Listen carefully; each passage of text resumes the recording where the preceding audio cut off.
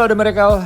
Jadi gini ceritanya, sebenarnya Barber Talk sama Mas Iwa ini dibagi 2 part. Nah, part 2-nya kebetulan banget lagi ngebahas soal filmnya Mas Iwa. Jadi akhirnya gue memutuskan part 2-nya gue naikin dulu deh. Pas banget soalnya nih waktunya. Kalau itu kemarin sempat katanya berita narkoba, gimana? Boleh dibahas gak sih? Gak apa-apa, santai aja. Itu gimana tuh Ya, ceritanya? yang namanya udah nggak lincah ya. Udah nurut dia kemarin. Udah nggak lincah. Ya udah, ikut aja. Udah masih Udah nggak lincah, nggak bisa berkelit ya. Iya, ikut aja. Ya tapi kocak sih, gue tuh waktu itu mau tur dari rangkaian tur itu udah pokoknya Jawa udah, nah, tinggal yang luar Jawa. Nah, itu kota pertama ke Bone kan, baru berangkat ke Bone. Gue mungkin agak sedikit nyebut ini ya, apa brand ya. Gue tuh Koredes pasti Garuda. Salah ngurus, dapetnya Lion. Gue udah bisa bilang belasan puluhan tahun gak naik Lion kan. Wah, ganti deh, udah pas ganti. Rupanya teman-teman yang lain krunya nggak bisa, gue doang. Sebentar, aduh gue ke Makassar, gue 3 jam. Malas juga gue sendiri, udah deh nggak apa deh, gue ikut lo deh. Udah makanya gue naik pesawat itu kan. Udah, ya itu, ya gue naruh di rokok lah. Biasa udah ke ini. Ya udah, masuk aja udah, di situ udah, ya udah gak lincah. Wah, ini apa nih? Ya udah gitu.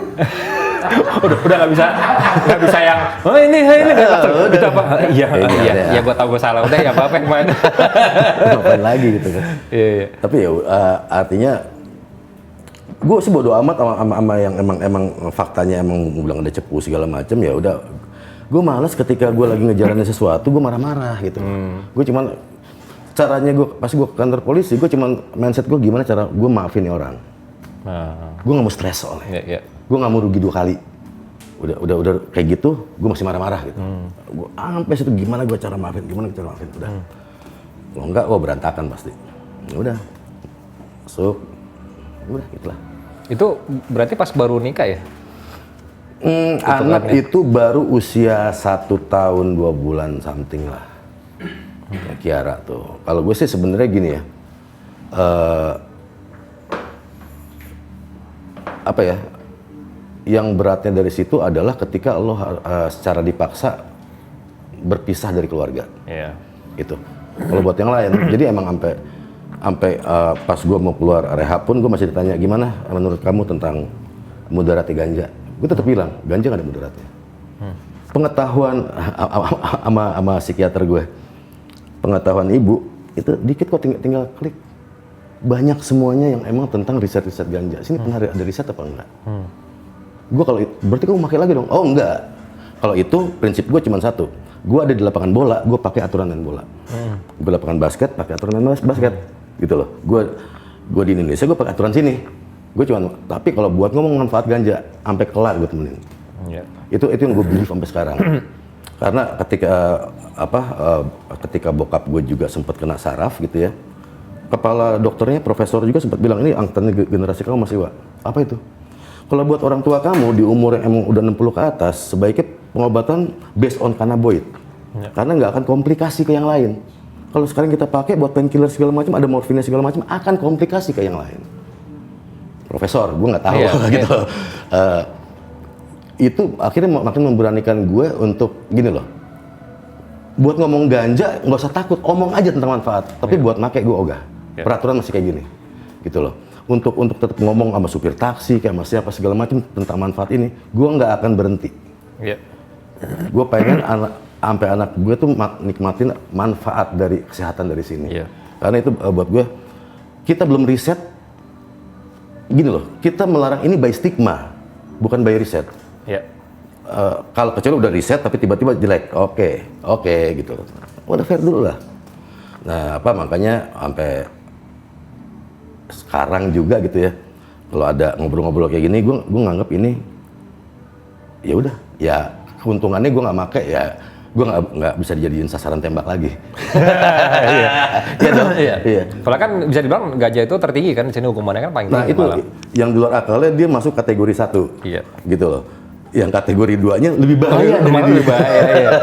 Kan sempat terakhir juga kalau nggak salah sempat yang ada heboh tuh yang ibu-ibu bawa di Car Free Day Yang kan, anak ya, yang Car dia Free Day. anaknya kan, akhirnya dapat izin kan kalau nggak salah, diizin Udah keluar untuk pengizinan kan, saya sedang tahap proses. Tapi buat ke personal dia aja. Iya. Nah, karena kalau buat ke personal pun ada beberapa yang emang anaknya cerebral palsy udah mendapatkan izin secara individu. Iya. Tapi sekarang buat pengurusan izin sendiri kan susah gitu loh, birokrasi Iya. panjang. Kenapa nggak tinggal riset aja sih? Gitu loh. Ya sekarang gini, Thailand bahkan udah rekreasional, Malaysia medis udah, ya. Lo kebayang nggak kalau kita gini terus 4 tahun 5 tahun mendatang 4 juta hektar di Kalimantan, Sulawesi atau Sumatera ada perkebunan ganja yang bukan punya kita, kayak sawit aja gitu. Iya. Emang sawit punya kita, Bukan. gitu kan? Nah, Iya. itu dia. Artinya lo mau jadi penonton lagi, kenapa nggak lo pajakin aja itu jadi pemasukan negara? Iya. Gitu. Udah, gue kalau ngomong gitu. Iya, pokoknya polemiknya juga udah terlalu complicated banget sampai akhirnya kita juga ya udahlah. Tadi yang Mas Iwa bilang kalau kita ngomongin begitu mah ya kita di Indonesia kayak we go by the rules. Gue Iya. tetap gue nggak akan pernah make. Iya. Wah godaan full. Karena bisa dibilang yang bangsat sekarang ada-adaan gue dulu gitu loh. Iya. Jadi maksudnya gue, tapi kelebihannya enaknya gue nolak nggak terintimidasi sama mereka juga gitu loh. Gue bilang enggak kelar loh, cabut loh. Gue selalu play by the rule. Gue masuk lapangan bola dengan aturan bola. Gue hormat di sini gitu. Kalau emang gue masuk lapangan basket gue pakai aturan basket. Betul. Indonesia ya. Kalau misalnya ternyata di Amerika kita bicara di California ya who knows Ya ya udah, kan. who knows. Kita Hidung ikutan. siapa? Hidung siapa? Ih, bener angkatan sama loh. Bener. Iya. Ya jadi kayak sekarang kan di itu semua udah legal kan di California kan udah legal kan untuk segala macam dan emang as a fact memang itu kan untuk pengobatan sangat baik certain medication ya gitu. Tapi intinya kalau buat kayak gini, gue juga bilang sama temen gue kalau rule masih gini, lo mending gak usah pakai. Dihukum tuh gak enak banget. Iya, kalau misalnya enak namanya party bukan dihukum ya kan. Party itu enak. Liburan tuh. Hiburan. Gitu. Healing yang enak banget. Iya. Berarti berapa lama tuh sempat ditangkap itu dulu? Ya gue 6 bulan, gue ngejalanin rehab 6 bulan, alhamdulillah gue juga ngerasa gini loh, it's all about mindset ya. Gue percaya lo orang yang bisa sangat mindset itu loh. Mindset yang mesti gue bangun adalah ini hadiah. Gue tuh begini tuh hadiah. Nah dan gue percaya yang namanya Tuhan tuh tiap hari ngasih hadiah ke kita. Kayak kita misalnya orang tua kita ngasih hadiah motor, tapi kalau kita emang makin nggak bener kita kecelakaan. Apapun itu gitu loh. Itu hadiah. Dan apa sih harta karunnya di sini? Makanya gue tiap hari gue selama rehab gue nulis jurnal. Gue sibukin, gue gimana cara. Trigger gue terbesar bukan lagu hip hop buat gue ganja. Tapi Gue kalau lagu hip hop paling gue pengen ngebir lah. Gue dengerin blues, sesuatu yang nggak boleh ditawar, gue harus ngeganja.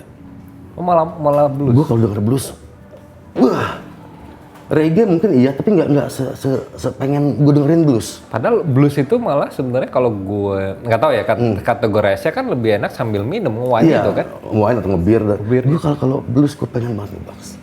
Nah makanya ketika mumpung gue lagi di rehab, gue minta bawain sama bini gue flash disk yang lagu-lagu songlist blues gue. Jadi di posisi yang lu tidak bisa, Tidak jadi bisa. lu harus ngelawan kan.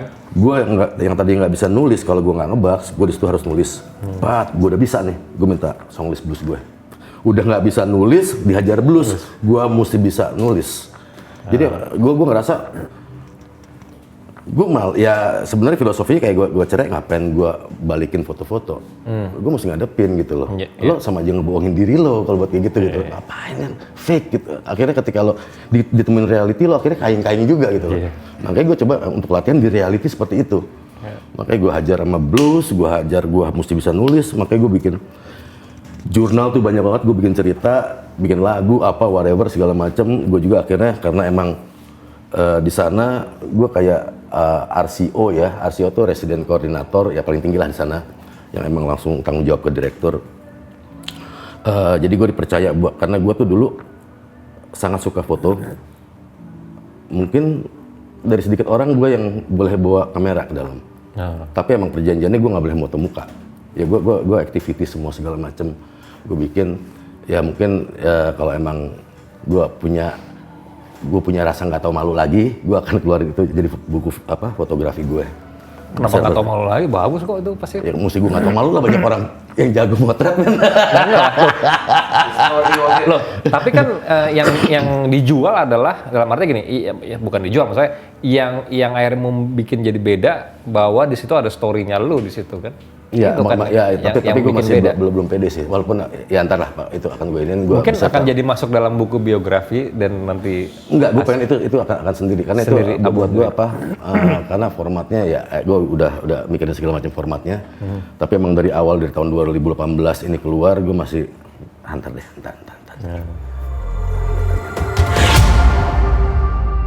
Oke, di hold dulu. Sekarang kita brain hack dulu nih.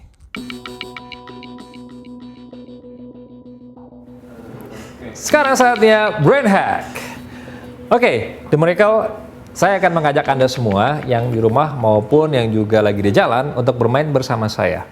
Nanti saya minta Anda semua untuk perhatikan layar handphone Anda, atau kalau misalnya nontonnya di Smart TV, nonton di Smart TV Anda. Jadi perhatikan baik-baik ya. Fenomena ini sebenarnya sering terjadi, bahkan sampai saat ini masih juga dilakukan oleh beberapa orang. Intinya, manusia itu paling jago sekali untuk mencari yang namanya perbedaan. Tapi butuh lebih dari jago untuk mencari persamaan. Belum paham kan? Saya akan memberikan 2 buah gambar. Nah, saya minta The Miracle semua untuk mencari 5 perbedaan dalam waktu 10 detik. Siap? Sekarang.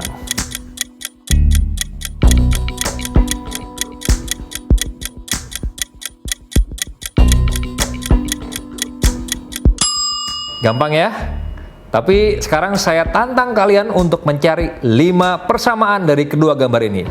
Siap? Kita mulai.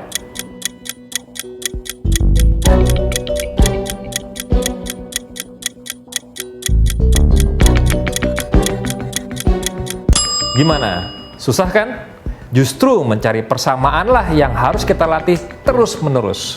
Semua orang bisa membeda-bedakan, tapi butuh hati yang besar dan keberanian untuk menyepakati persamaan. Karena kita Bhinneka Tunggal Ika, berbeda-beda namun satu jua. Karena kita Indonesia. Bye. Daripada kita sibuk mencari perbedaan, mungkin tidak ada salahnya kita membuat sebuah perbedaan dengan membuat sebuah perubahan. Akhirnya sempat main film kan? Ya udah dari situ ya main film dah. Daripada gue main perek terus. Anjay! bener. Iya bener main film. Iya. Apa-apa ya, apa-apa lanjut terus. Nah terus ada yang baru gue dapat dari itu kan tim kreatif gue tuh ada story yang menarik. Jadi pada saat lo mendalami karakter lo sebagai salah satu aktor di film itu, lo kayak terjun ke lapangan langsung untuk bertemu dengan orang yang istilahnya karakternya sama dengan di film lo. Oke. Jadi kan ini kan film ini judulnya Sayap-Sayap Patah.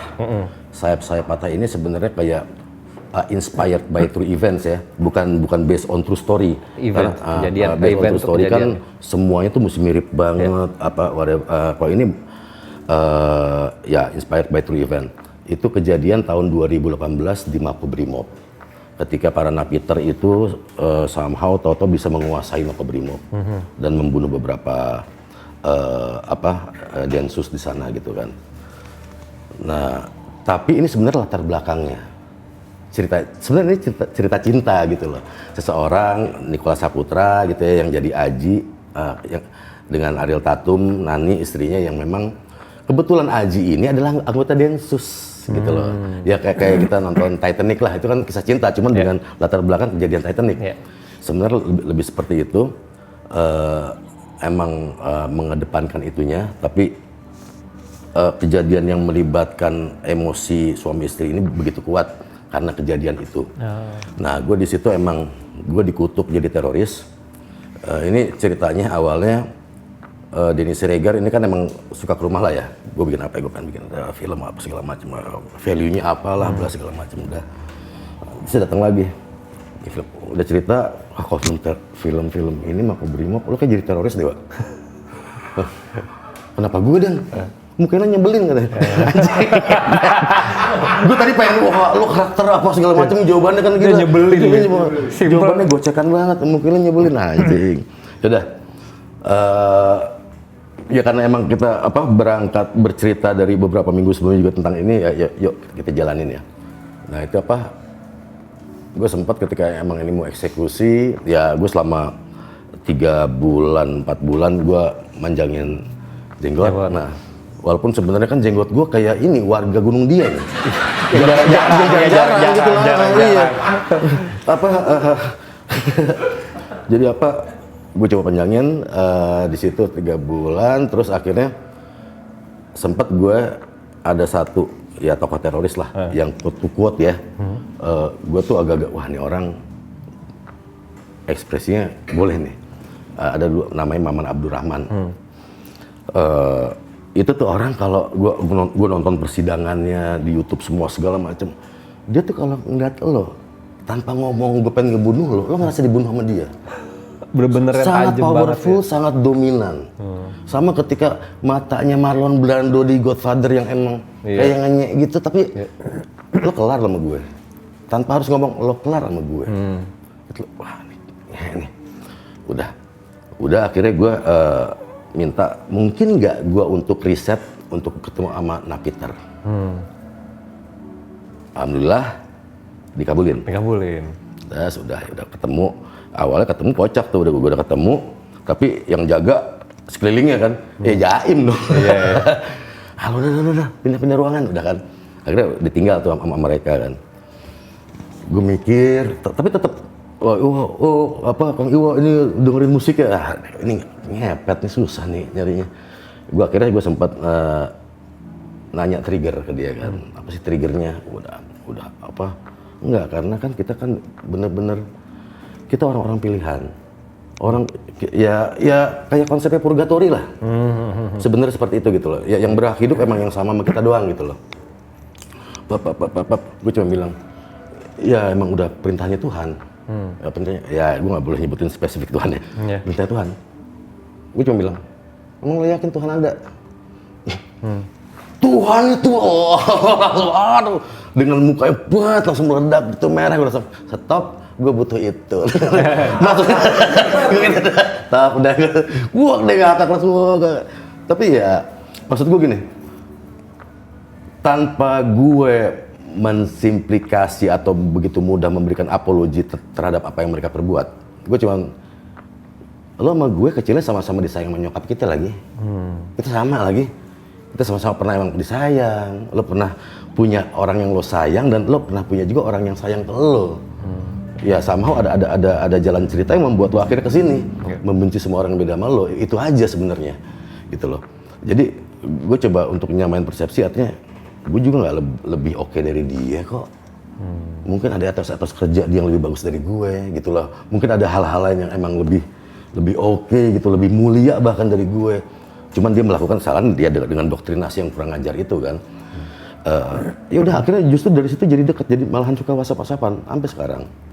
Gitu loh itu lucu penyebabnya oke lah, ada orang salah aja oke gitu ya, ada orang yang bener-bener emang mendalami ini akhirnya nggak mau ngeliat kanan kiri dengan kacamata kuda oke.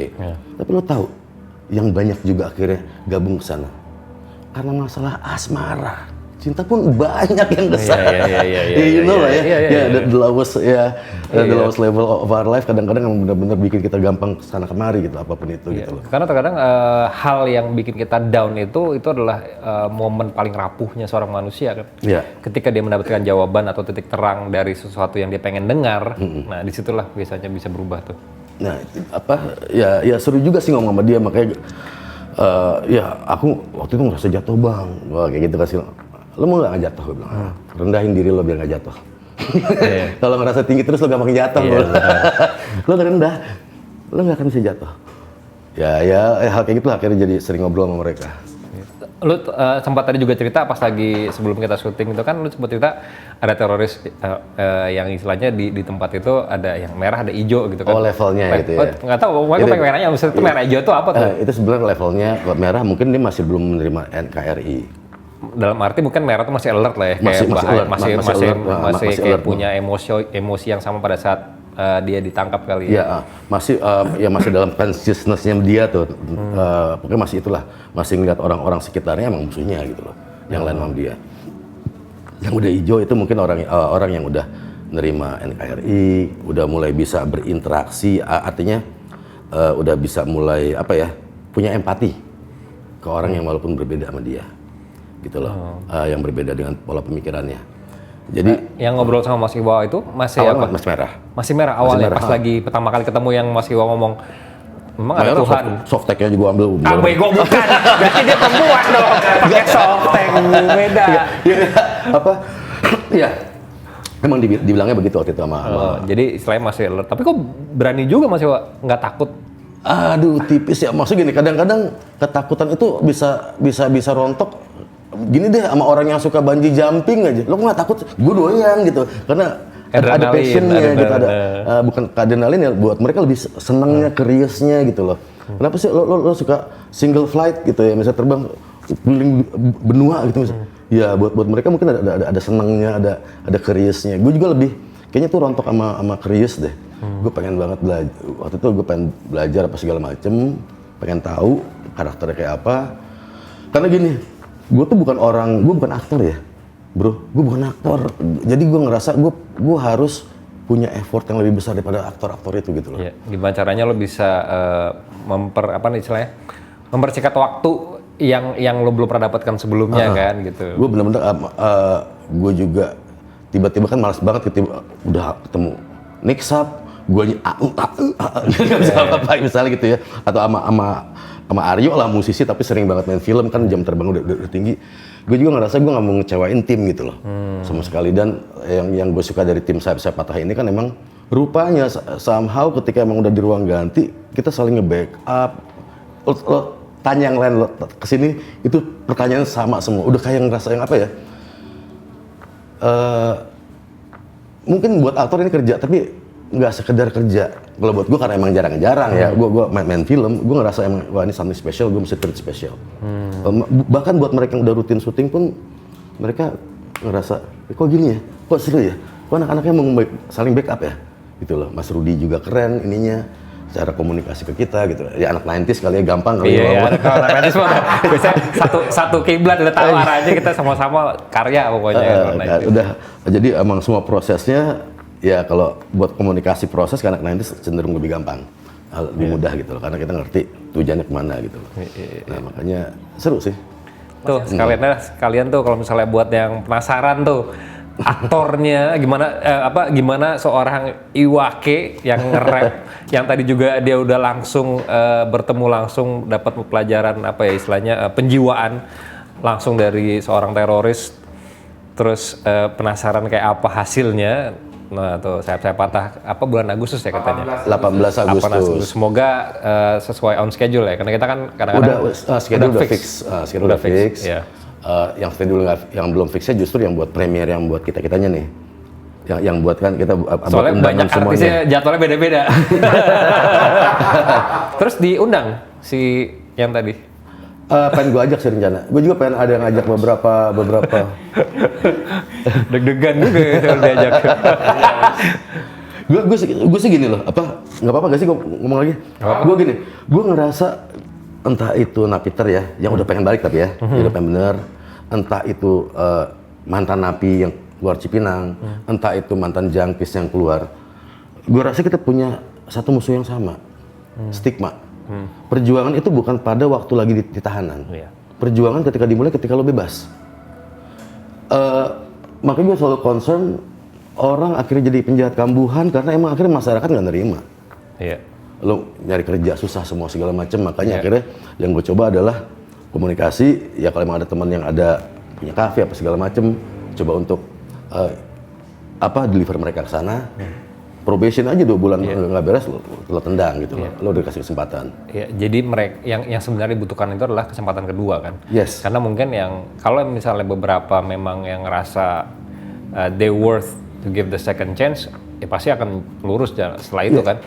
Bener, kadang-kadang stigma kita yang ngerasa dia dulunya begini gitu kan, seolah-olah permanen akan gitu nempel kan. terus itu. Padahal kan kadang-kadang kita nggak pernah tahu ya. Ya kita bisa bicara ada orang yang sesuatu yang membuat dia akhirnya secara tidak sadar ataupun secara keadaan memutuskan keputusan yang salah pada saat itu kan bisa aja. Kita nggak tahu itu, kita nggak tahu kondisinya di pada waktu pada itu. Saat kan. itu. Makanya buat gue tuh stigma itu cuman nggak lebih diciptakan cuman buat bahan omongan emak-emak depan tukang sayur. Udah, lo mesti nganggap itu nggak lebih dari itu. Nggak lebih dari itu. Karena kalau lo akhirnya terlalu nganggap lebih stigma, lo akhirnya keserang sendiri. Udah itu buat obrolan gosip doang, buat gibah doang. Nggak akan efek ke diri lo gitu stigma. Santai aja. Iya, setuju itu gue setuju. Dan gue juga pun kalau misalnya dari gue selalu punya prinsip di kantor gue ya, misalkan kayak kadang-kadang gue suka yang nggak peduli dia sebelumnya adalah apa penjahat atau punya kehidupan apa sebelumnya, tapi yang gue lihat adalah the real life-nya dia yang presence gitu. Karena masa lalu orang itu setiap orang punya beda-beda kan. Tapi attitude dia, presence-nya itu yang menentukan. Kan kadang suka ada tuh, kalau zaman dulu sering banget tuh, wah lu jangan sama si ini lu, ntar dia begini kerjanya begini. Kalau gue mah gue boleh lihat yang sekarang aja gitu. Karena apapun itu kalau dia berubah, karena kita pun bisa berubah kan. Dulu seperti apa saat ini pasti udah beda lagi kita dulu. Iya, dan yang jelas gue sih sebusuk apapun masa lalu gue, sekelam apapun masa lalu gue nggak pernah punya hak buat mengutuk masa lalu gue, karena itu yang ngebawa gue ke hari ini. Yes, exactly. Ngomong sama Mas Iwa tuh seru banget. Cuman kayaknya gak harus gue potong dulu. Nanti kita lanjut lagi di episode selanjutnya. Sekarang saatnya Magic Time.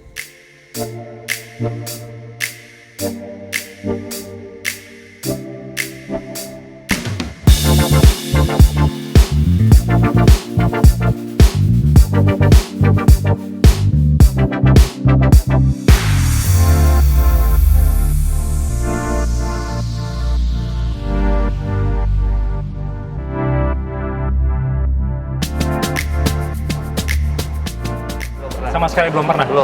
Sekarang saya mau ngajak Bapak main sulap.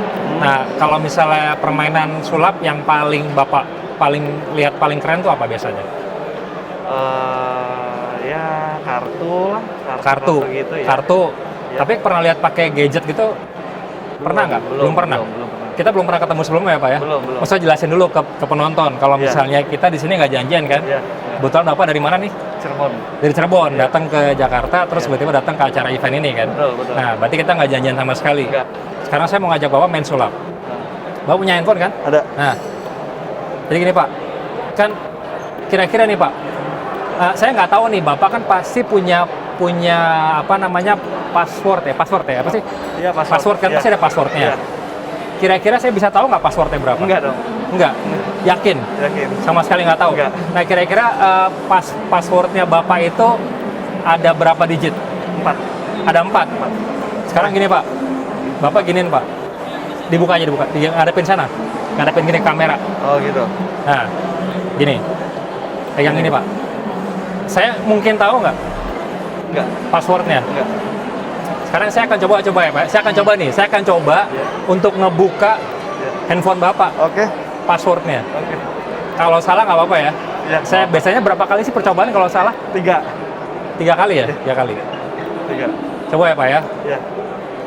Buka dulu. Kan berarti kan ketika nggak dapat Face ID dia akan minta kode, gitu ya. 6 Pak, bukan 4. Oh iya 6. Sorry. Oke. Sorry. Saya akan coba buka ya Pak ya. Bapak lihat saya dulu. Ya. Lihat dulu. Oke.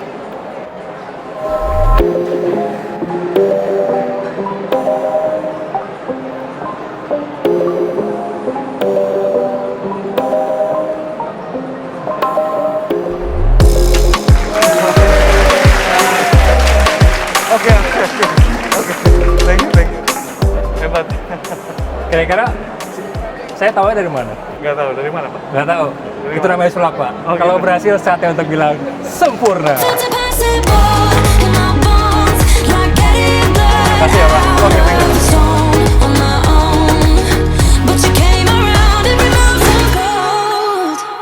next on Barber Talk. Muncul-muncul beritanya waktu itu sempat yang berantem sama Yonglex, ya kan? Itu banyak banget rapper-rapper dari luar, bukan yang seangkatan ya, bahkan emang yang anak-anak sekarang yang emang ngamuk pengen secara fisik gitu loh. Yang dari Ambon, dari Papua, dari Padang, bener ya. Itu kalau nggak di